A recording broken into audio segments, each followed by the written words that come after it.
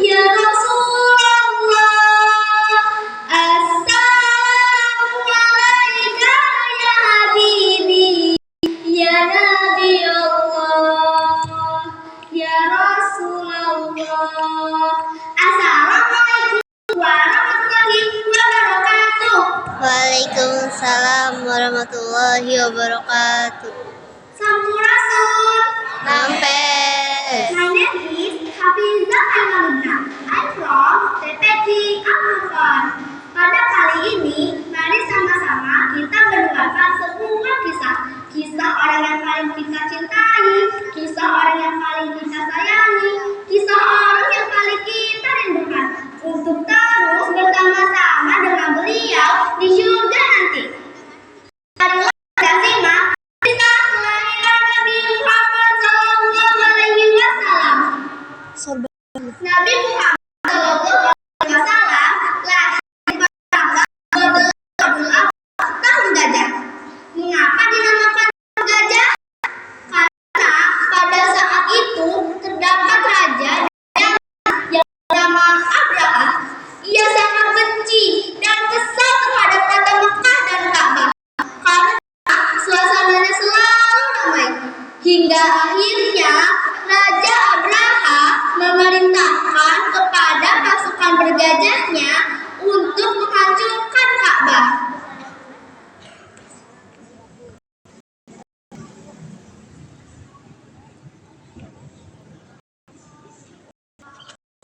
Aku adalah Raja Gajah, semuanya tunduk padaku.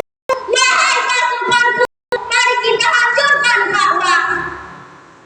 Ketika Raja Abraha beserta pasukan bergajahnya ingin menghancurkan Ka'bah, maka sebagaimana yang telah dijelaskan dalam Al-Quran surat Al-Fil, ketika mereka datang, maka datanglah Abu Abil jatuh dari atas. Kemudian dijatuhkanlah pada Raja Abraha beserta pasukan bergajahnya. Maka matilah Raja Abraha beserta pasukan bergajahnya di tempat itu. Itulah peristiwa kelahiran Nabi Muhammad SAW. Kelahirannya membawa keajaiban yang luar biasa. Allah memerintahkan kepada seluruh malaikat untuk membuka pintu-pintu surga, dan yang ada di bumi semuanya menjadi tenang, tentram, langit pun menjadi tenang, tanaman tumbuh dengan subur, angin sepoi-sepoi, dan yang terjadi pada bayi tersebut keluar cahaya yang luar biasa. Nabi Muhammad SAW lahir dalam keadaan yatim.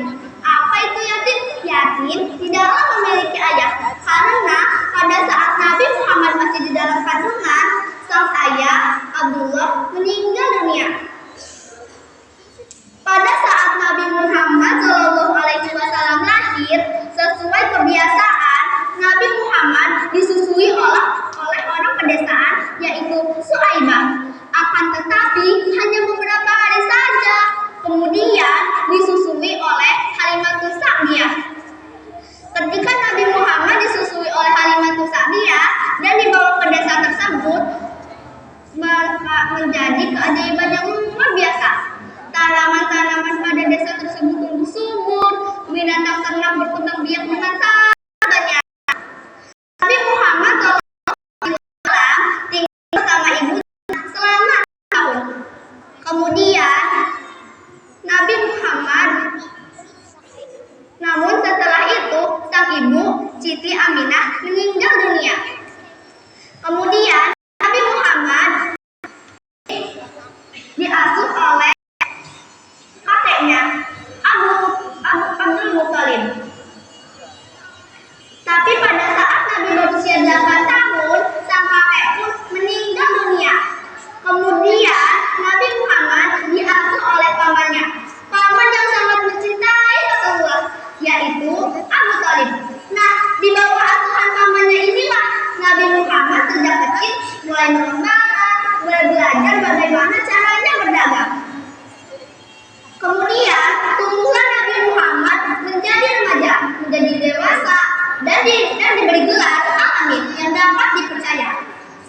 Karena seluruh kata-katanya penuh dengan hikmah dan kejujuran.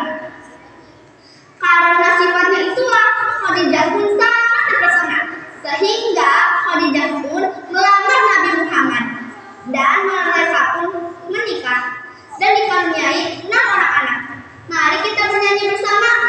Anak-anak Nabi ada 7 orang, 3 laki-laki, 4 perempuan. Pertama Qasim, Abdullah, Ibrahim, Zainab, Ruqayyah, Ummu Kalsum, Fatimah.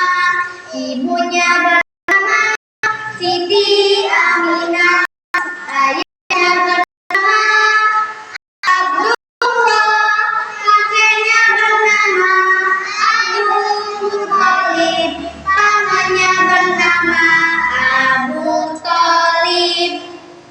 Sekian kisah singkat tentang Rasulullah ini menjadi pembelajaran untuk kita semua menjadi hamba Allah yang mulia di dunia maupun di akhirat.